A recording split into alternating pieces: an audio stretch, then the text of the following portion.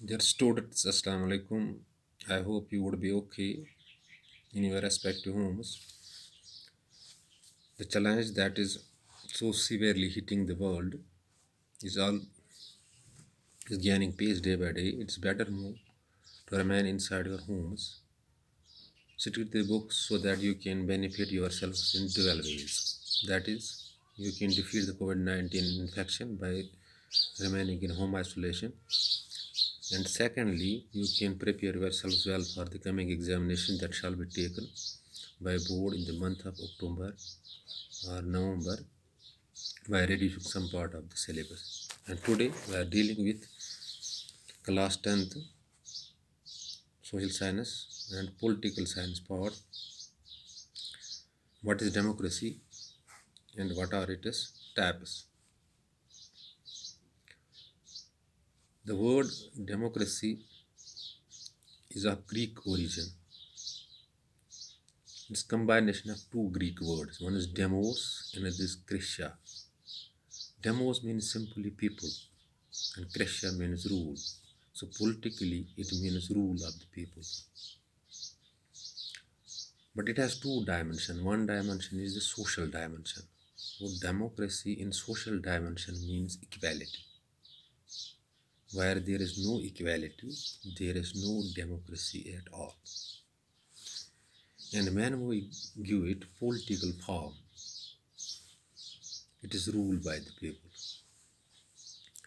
Various political scientists have given the definition regarding the democracy.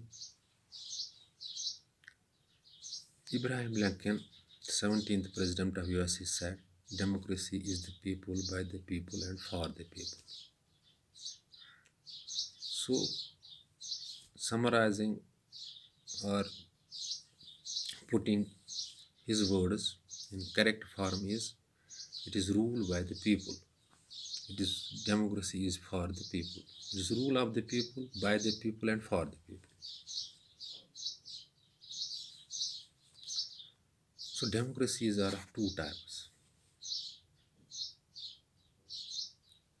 One is the direct democracy, another is indirect democracy. And indirect democracy is mostly operation in most states of the world. This democracy is also called representative democracy. Direct democracy means where people are directly called or involved in the decision making policies of the government. Remember it. Direct democracy is a type of democracy where people are directly involved in the decision making policies of the government. And such a democracy is not possible in the big states where population runs in billions, millions. And this is practiced in small states like Switzerland. Another type is indirect democracy, that is called the representative democracy. So localizing the concept, what is indirect democracy? I am localizing the concept of democracy. For example, where you are studying, there are 400 students. For example, you are studying in government higher secondary school Kukroosa and there are 400 students. And students have their genuine problems about teaching, about excursions, about games. So all 400 never go to the office of principal to discuss the things. You choose one man by proper means of election. That is called the election of secretary in the school.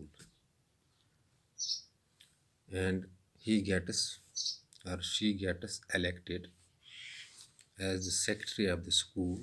So he or she takes all the decision and goes in the office of the principal and discusses all the things like your teaching problems, like your games issues on behalf of you. So he is representing you. Keeping the enrollment of the school in mind, there is a need of a representative. The same is the case with bigger states of the world like India, USA, where direct democracy cannot be possible because people can't be called directly in decision-making policies of the government.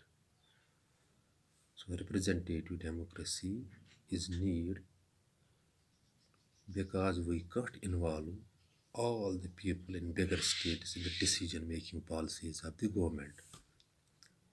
So in order to overcome this problem,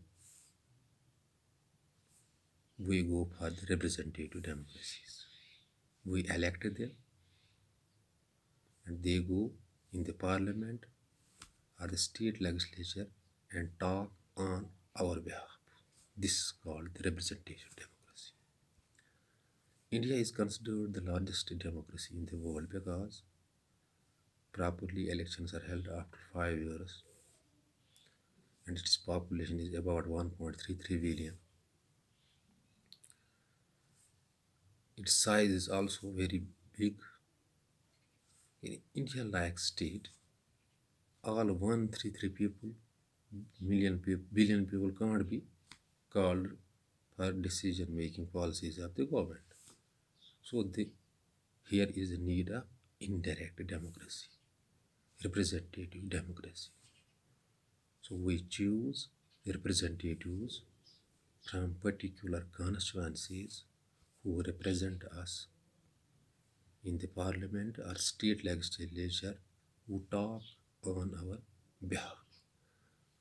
So representative democracy comes in existence because of bigger size and population of the political states.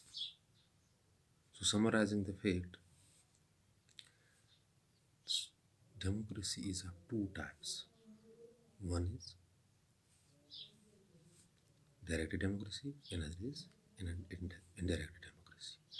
In direct democracy, people are directly called for decision-making policies. In indirect democracies, the proper representation is there. We elect our representatives who take decisions on our behalf.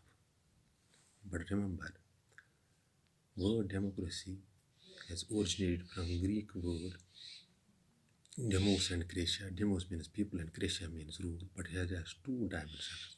One social dimension.